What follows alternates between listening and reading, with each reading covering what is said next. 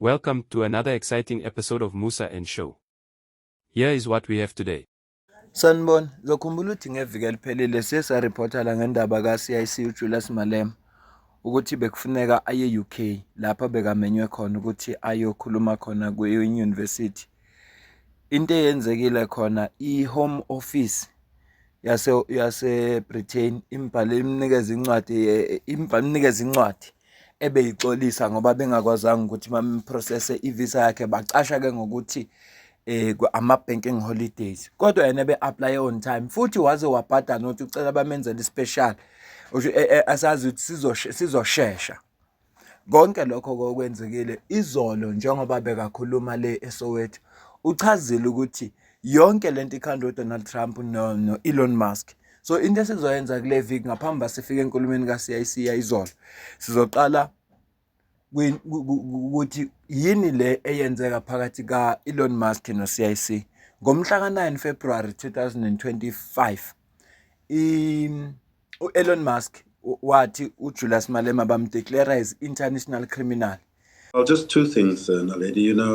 Firstly, the truth of the matter is that the British High Commission is not going to give us the true reasons why the visa was declined, because that would have to then feed into some of the views that we've just heard being expressed, that there is a conservative, right-wing element that is crept into the Labour government in the UK, and of course expressed also by J.D. Vance, Trump, Elon Musk, and others in the United States.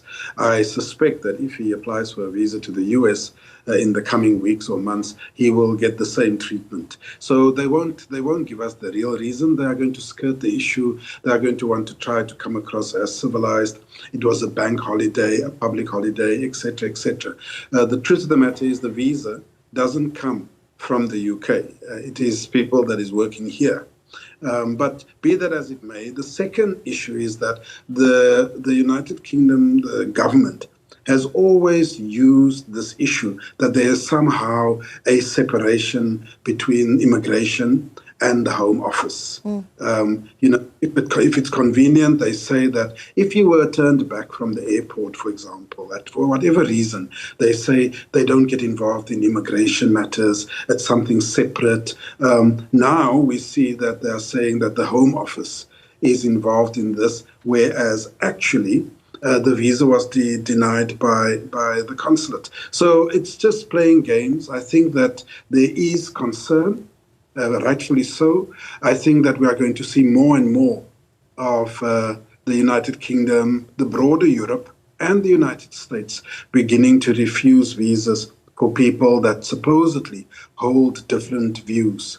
Njengobuzwa nje babechaza ukuthi impela lento eyenziwe i-UK nase-America mengathi ufuna ukuya khona u-CIC nakhona futhi angeke bayithola ivisa ngoba njengoba bamdeclare as international criminal uthi kodwa akugcinile ngo-CIC bonke abantu abaneview ehlukile kuneyabo bazophambana nabo.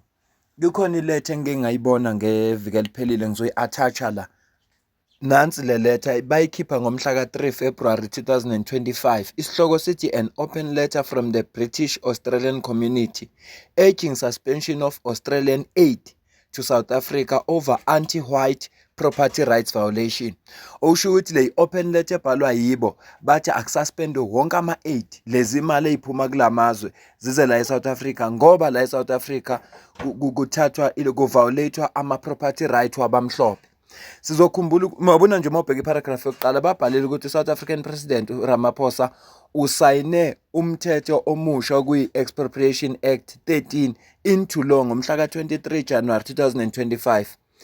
Lo mthetho lo bathi facilitate ukuthi expropriate i-private property by government for public purposes.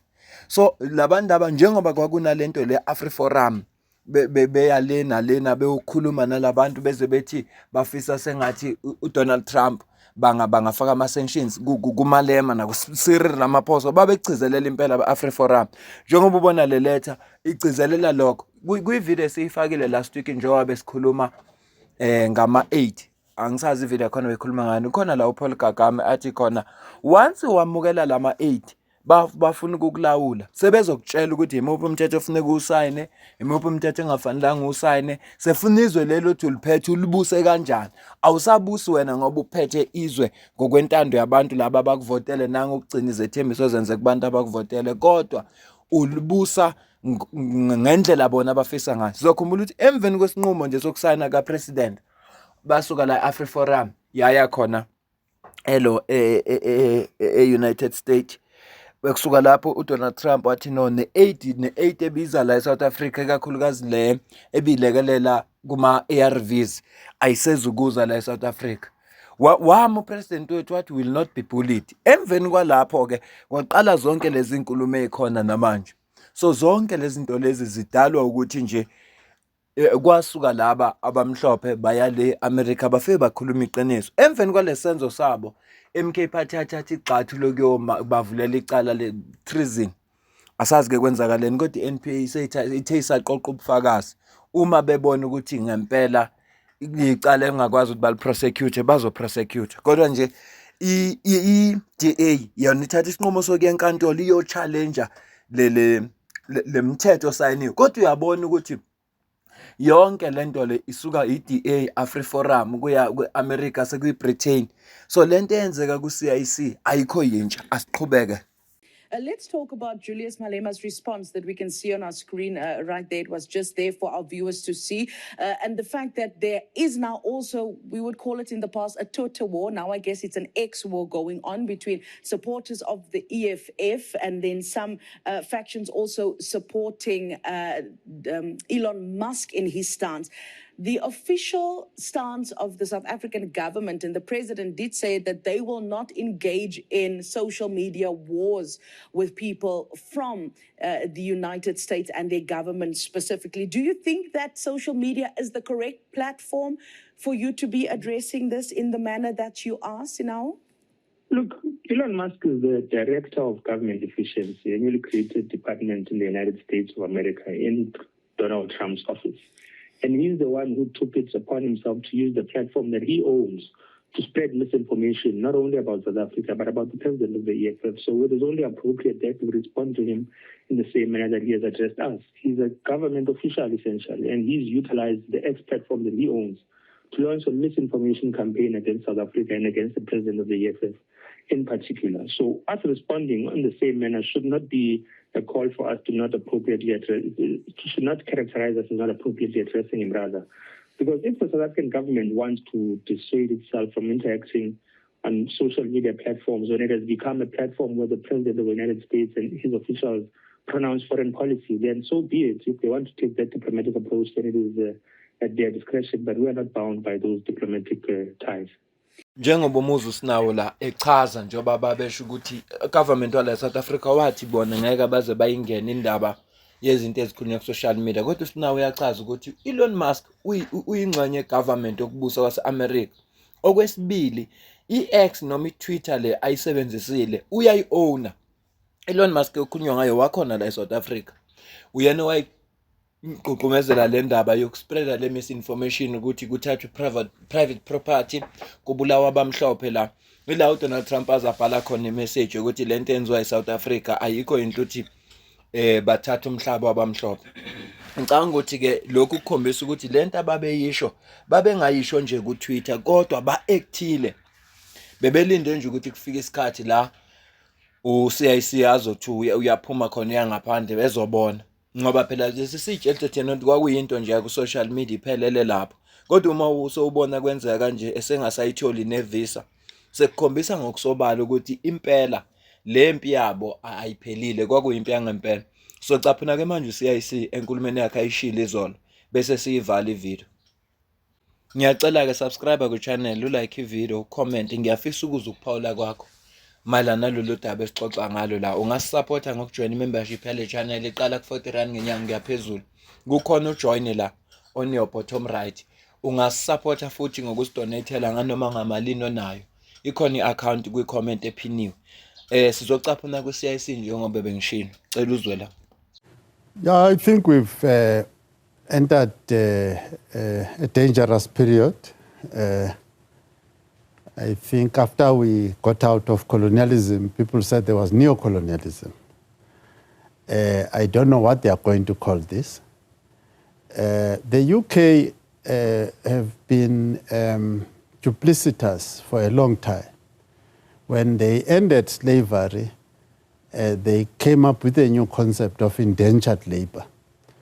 They came up with the City of London, which is a business which is not part of the territory of the rulership, the governance of the United Kingdom.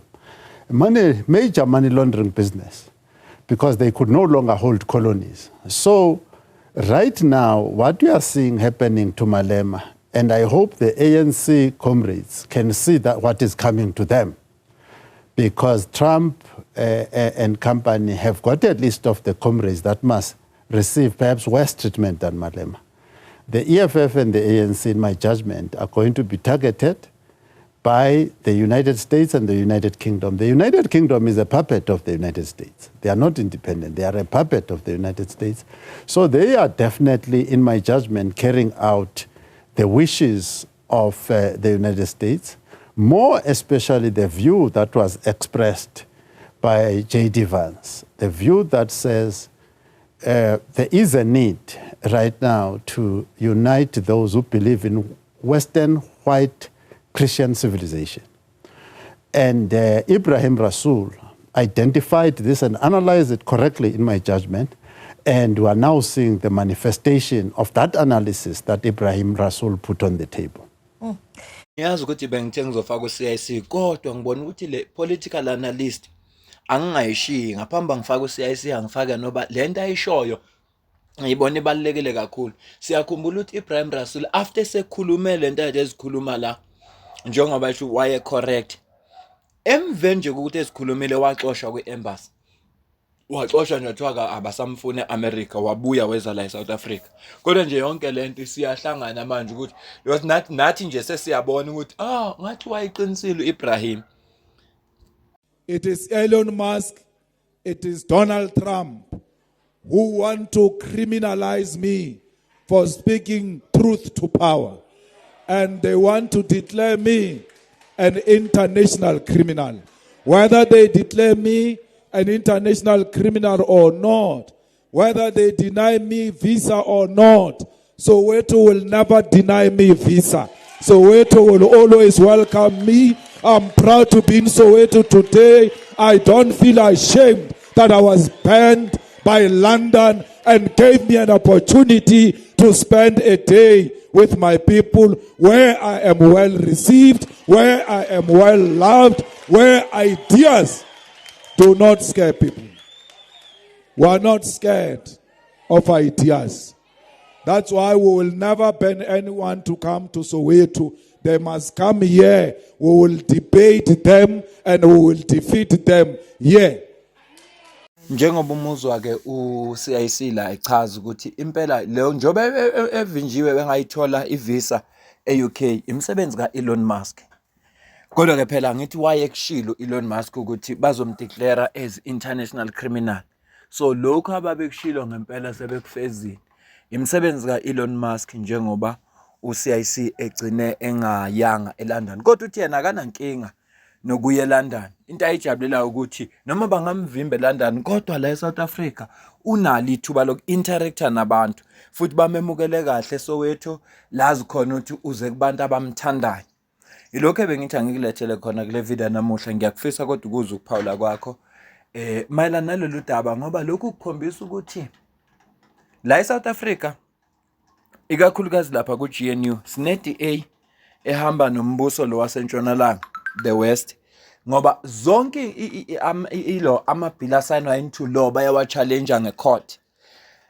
Buka nje Expropriation Act bayayi-challenge ngaphi America ithatha lesinqumo lesi ngenxa yayi Expropriation Act ukuthi kanti South Africa ibuswa kanjani vele ama-political parties ashadile kodwa anama-ideology ahlukene amabili. Ngoba phela njengoba lama-political party ashadile fanele akhulume ngazwi linye futhi lezi zimpi zabo maziqhubeka isikhathi sokuthi zithathizwe zise phambili asizukubabikho. So kubantu abavotayo votani wisely. ngoba i-GNU mhlawumbe i-GNU khona umehluko engawenza, kodwa uma kusenje i-ANC isadonsa ibhekele, i-DA idonsa ibhekele ukuthi zonke izinto ezizinqumo ezithathwayo kumanje nje kuphasiswe i-Labour wathi le abayithathile nayo bayise enkantolo. So konke lokho nje kwenza ukuthi ube concern ukuthi hey, labantu abayingxenye ye-government but ba-challenge yonke into eyenziwa i-government ya Employment Equity Act bayithathile bayise enkantolo. So uyabona nje lana babusa kanzima. Umshado we-ANC ne-DA ngiyaqala ukuwubona umshado nje, kodwa kubuhlungu ukuthi akulula ukuthi behlukane ngoba ugogo uZille usazisile ukuthi i-ANC mayifuna le economic collapse kufuneka ikhiphe i-DA kwi-GNU. Ngiyabonga kakhulu. Mina nawe sidibane kwivideo elandelayo.